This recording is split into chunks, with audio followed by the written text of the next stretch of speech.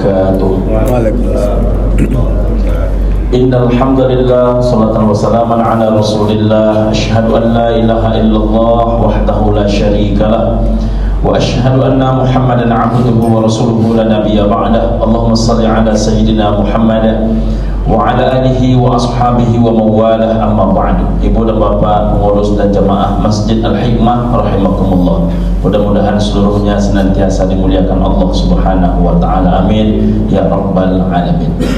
Pertama, ibu dan bapak rahimakumullah, karena hari ini adalah tanggal 1 Dzulhijjah, maka mengingatkan Nabi SAW bersabda, Bismillahirrahmanirrahim, idza ra'aitum hilala Dzulhijjah, apabila kata Nabi kalian sudah menengok hadirnya bulan Dzulhijjah, wa arada ahadukum ayyudhi, dan salah satu di antara kalian kata Nabi sedang terdaftar sebagai peserta kurban atau hendak melaksanakan kurban, falyumsik an sya'rihi wa asfarihi, maka hendaklah dia tidak lagi mencukur rambut dan tidak lagi dia memotong kuku.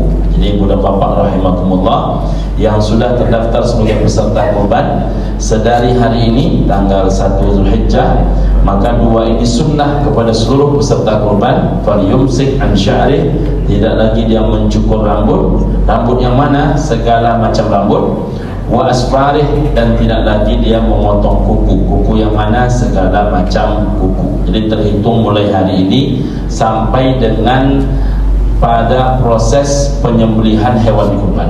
Jadi selesai hewan kurban disembelih, maka barulah boleh kita untuk melaksanakan pemotongan kuku atau mencukur rambut tadi. Ibu dan bapak rahimakumullah, itu yang pertama. Yang kedua yang banyak pertanyaan jamaah adalah tentang bolehkah kita membadalkan atau mengkurbankan orang yang telah wafat. Ini paling banyak juga pertanyaan jamaah. Merujuk kepada Nabi SAW ketika memotong hewan kurban, Nabi SAW paling tidak memotong 2 ekor kambing, kabsyaini amlahaini, 2 kambing berwarna putih. Ketika memotong kambing yang pertama, Nabi SAW berkata, Allahumma taqabbal hadha min Muhammad wa ala ali Muhammad. Ya Allah, terimalah kurban ini dari Muhammad dan keluarga Nabi Muhammad. Yang kedua, pada penyembelihan hewan kurban yang kedua, Nabi berkata, Allahumma taqabbal hadha min ummati Muhammad. Ya Allah, terimalah kurban ini dari umat Nabi Muhammad. Ibu dan bapak rahimakumullah, ini bisa menjadi dalil bahwa saat Nabi berkata Allahumma taqabbal hadza min Muhammad wa ala ali Muhammad, ya Allah terimalah kurban dari Muhammad dan keluarga Nabi Muhammad, saat itu Sayyidah Khadijah telah wafat. Kemudian Nabi berkata Allahumma taqabbal hadza min ummati Muhammad, ya Allah terimalah kurban umat Nabi Muhammad. Tentu umat Nabi Muhammad tidak hanya yang hidup, yang wafat pun juga adalah umat Nabi Muhammad SAW. Maka bila ibu dan bapak membuka kitab misalnya Al-Fiqhul Islami wa Adillatuh Profesor Dr. Wahbah Az-Zuhaili, maka dijelaskan di situ ibu dan bapak rahimakumullah tentang pandangan ulama yang 4 terhadap kasus mengkurbankan orang yang telah tiada. Apa pendapat mereka? Nah, pendapat Imam Malik, Imam Syafi'i, Imam Hanafi dan Imam Hambali, itu keempat-empatnya mengatakan sah terhadap kurban orang yang sudah wafat, orang yang sudah mati. Jadi keempat-empatnya mengatakan sah, tak satu pun yang menolak. Jadi kalau ada yang menolak, berarti keilmuannya di atas yang 4-nya. Jadi keempat-empat ulama ini tak satu pun yang menolak. Jadi baik Imam Malik, Imam Syafi'i, Imam Hanafi, Imam Hambali mengatakan tidak ada penolakan terhadap mengkurbankan orang-orang tua kita yang telah wafat. Apalagi kalau itu sifatnya wasiat. Kalau wasiat dijelaskan bahkan hukum kurbannya bisa jatuh kepada wajib. Apa contoh wasiatnya? Orang tua bapak-bapak dulu meninggalkan sawit misalnya 10 hektar. Dia tinggalkan sawit untuk bapak 10 hektar. Lalu dia berkata kepada bapak, kepada anak-anaknya, nah besok kalau ayah tak ada lagi, jangan lupa ya, kau pitih yang ayah tinggal kon hasil sawit kau gunakan sekali setahun untuk mengkurbankan ayah. Jadi kalau ada dia tinggalkan sawit 10 hektar, lalu dia berwasiat agar anaknya itu mengkurbankan dia, itu dia meninggalkan rumah petak, dia meninggalkan ruko, meninggalkan rumah kos dan sebagainya. Artinya ada penyebab yang memampukan anaknya untuk mengkurbankan dirinya. Lalu dia berwasiat, kalau ayah besok wafat, jangan lupa ayah dikurbankan tiap tahun. Maka keempat-empat ulama mengatakan hukum kurbannya jatuh wajib. Jadi hukum kurbannya jatuh wajib. Baru berbeda pendapat ulama yang empat itu jika tidak diwasiatkan. Jadi sekali lagi, sahnya keempat-empatnya sah. Kalau diwasiatkan keempat-empatnya wajib. Berbeda pendapatnya hanya jika tidak diwasiatkan. Ditinggalkannya sawit 10 hektar, tapi dia tidak berpesan kepada anaknya. Sekarang inisiatif anak mengkurbankan orang tua, apa hukumnya? Maka keempat-empatnya berbeda pendapat. Menurut pendapat Imam Malik, maka hukumnya makruh. Jadi bukan dilarang, makruh. Alasan makruhnya pun sederhana, karena belum tentu mendapatkan persetujuannya. Jadi belum tentu mendapatkan persetujuannya. Karena kita berniat saja mau sholat tentu ada persetujuan. Kalau tak ada persetujuan, di situ letak makruhnya. Pendapat Imam Malik.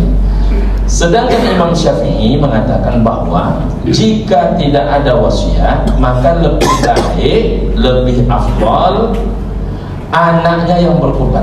Karena kan hukum mukallaf kurban itu kan kepada personal. Apatah lagi ini kan harta orang tua. Kalau dengan harta orang tua itu anak berkurban, maka mengadillah pahala kepada orang tuanya. Pendapat Imam Hanafi, hukum kurbannya sah. Cuman daging kurbannya jangan dimakan, tapi disedekahkan. Untuk siapa? Untuk fakir miskin. Kenapa disedekahkan? Karena yang punya kurban telah tiada. Menurut pendapat Imam Hambali, jika tidak diwasiatkan, hukum kurbannya sah, dagingnya boleh dimakan. Karena kalaupun dia hidup, tidak mungkin daging kurban itu dimakan sendiri. Jadi keempat-empatnya masuk akal penjelasannya. Jadi sekali lagi, ulama yang keempat itu hanya berbeda pendapat jika tidak ada wasiat. Nah, ibu dan bapak rahimakumullah.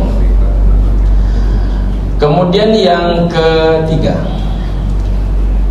ada orang mengatakan, Pak Ustaz, bahwasanya satu kurban untuk satu rumah. Betul seperti itu. Ada dua dalil tentang kurbannya. Ada dua dalil tentang kurban ini.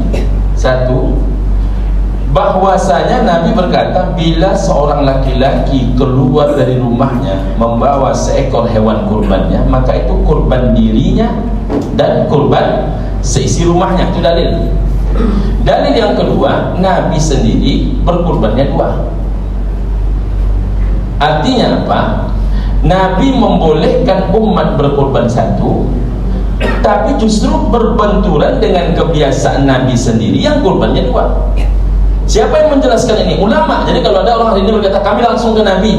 Macam mana Bapak ke Nabi langsung kalau Bapak tidak dijelaskan oleh ulama? Sedangkan ulama saja belajar kepada ulama untuk menjelaskan yang dimaksudkan oleh Nabi.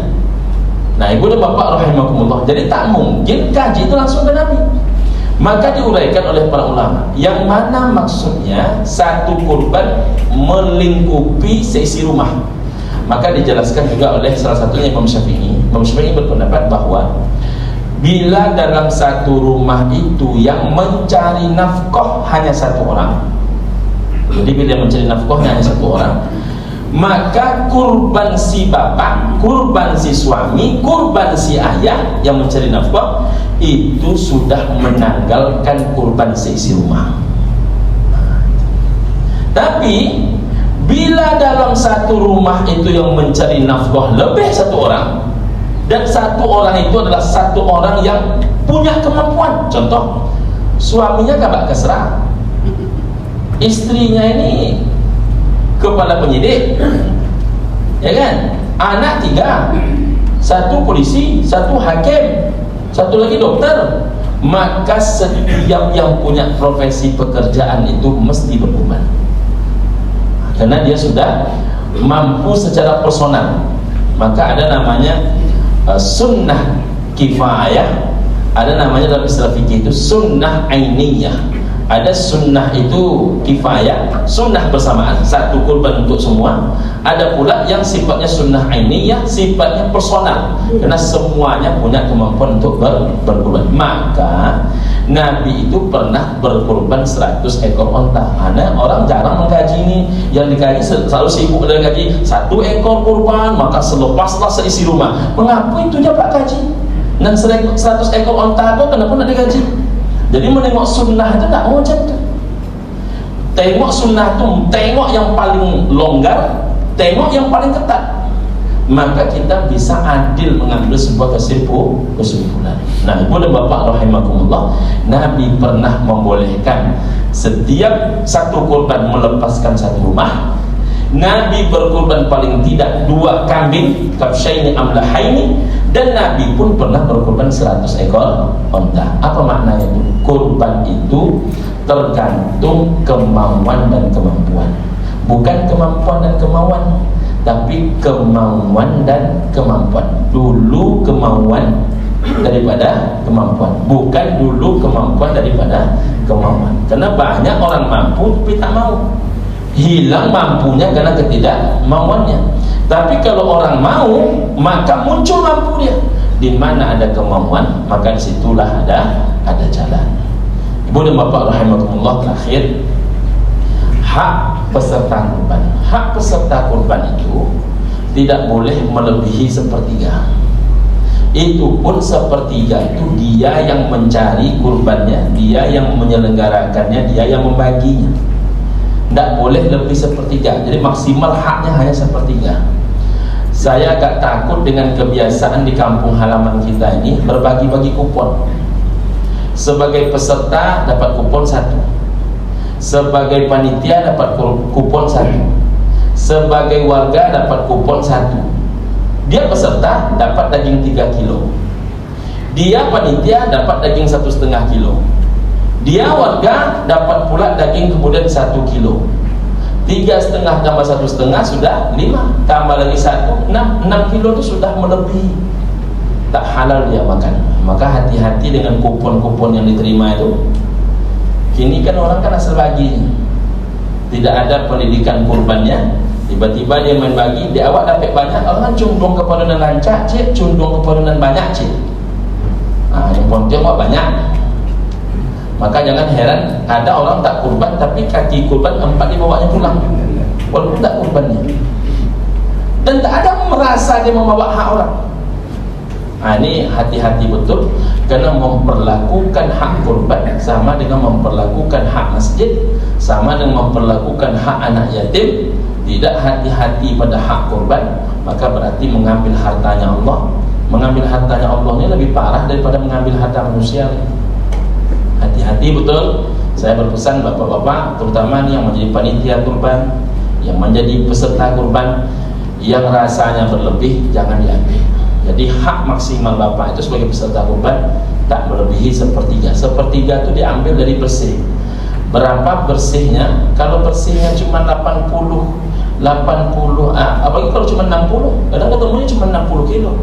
Kalau ketemunya cuma 60 kilo bagi 7 dulu. Setelah bagi 7 baru bagi 3. Berapa lagi bahagiannya? Jadi hati-hati. Itu dapat disampaikan pada siang hari ini. Ibu dan bapak, semoga bermanfaat. Sehat selalu, panjang umur, barokah hidup. Amin ya rabbal alamin. Assalamualaikum warahmatullahi wabarakatuh.